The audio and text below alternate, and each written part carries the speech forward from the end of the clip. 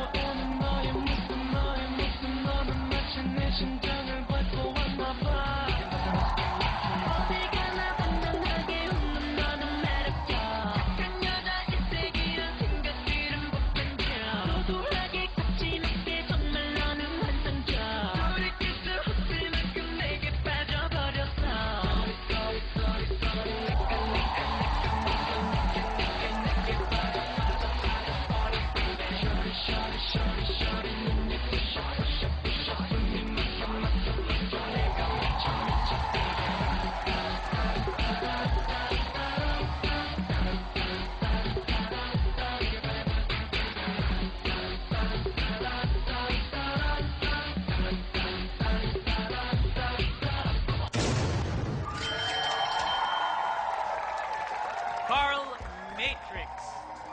Hey, Carl, here's your mic. Lucy, what do you think? Wala na ako masabi pa, Ryan. Yung talent niya, as nakasulat dito, magician, yun talaga ang dineliver niya. Seamless naman yung mga transition mo. Natuwa ako sa magic mo. Hindi ko na alam kung ano pang hihilingin ko from you for tonight. If ever, kung may hihilingin man siguro ako next time, if you make it to the next round, siguro mas gagawin mong mas siksik pa yung act mo kasi from start to finish, puro siya CD eh. Tas, siguro kahit bawasan mo yon, makikita pa rin ng audience yung galing mo in that department. Paano, Ryan? Yun. So siguro if you have another form of magic that you can incorporate in that act to make it more interesting, all the better. But good job. Thank you very much, Lucy. Gladys. Ako na-amaze pa rin ako. Kahit na ang dami-dami ko nang napanood na magagaling na mga magicians. Pero nakikitan pa rin ako dito kay Carl, ano? Pati yung props niya na CD, yung CD magic niya. Nakakabilib pa rin. So, para sa akin, ngayon lang ako actually nakapanood nung puro CD, yung ginawang magic. Tsaka may charm ka sa stage. Thank you very much, Gladys. Tuesday. Kuya, natuwa ako kasi merong choreography ang iyong magic. Tapos nagkaroon ng modern twist ang sleight of hand magic dahil ang ginamit mo imbis na baraha ay CD. Very colorful, nakakatuwa siya. Tapos sumasayaw ka, tapos na-appreciate ko na pinull up mo yung sleeves para alam na walang daya. Natutuwa ako. Susunod, para mas amazing at hindi sila mabore or parang expected, imbis sa CD player ang ilabas mo. Mga ganun. Malalaki. DVD player, washing machine, palaki ng palaki. Hanggang ref. Yun, para talagang magulat kami, ha? At saka tanggalin mo yung lungkot sa damdamin mo pag nagpa-perform ka dahil kitang-kita sa mata. Yun lang. Basta magkaroon ka lang ng kumpiyansa sa sarili mo at kahit sino pa yung babaeng sumakit sa damdamin mo, tandaan mo na ang lahat ng babae ngayon ay may cellphone na at may Facebook na. Madali lang yan. Go! Thank you, Tuesday. Direk, you were clapping your hands earlier.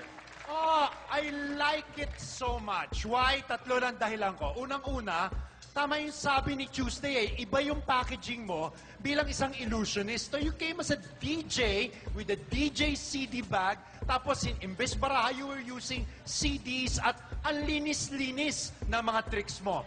Ikalawa, hindi lamang makamoderno, it's a really new way of showing yung mga talagang bilis ng paggamit ng kamay sa pagiging isang illusionist. Ikatlo, ang puna ko lamang dapat, dagdagan mo pa yung yabang at saya sa pag-render mo ng mga tricks mo. Parang lalong mamangha ang audience dahil, man, you have the talent.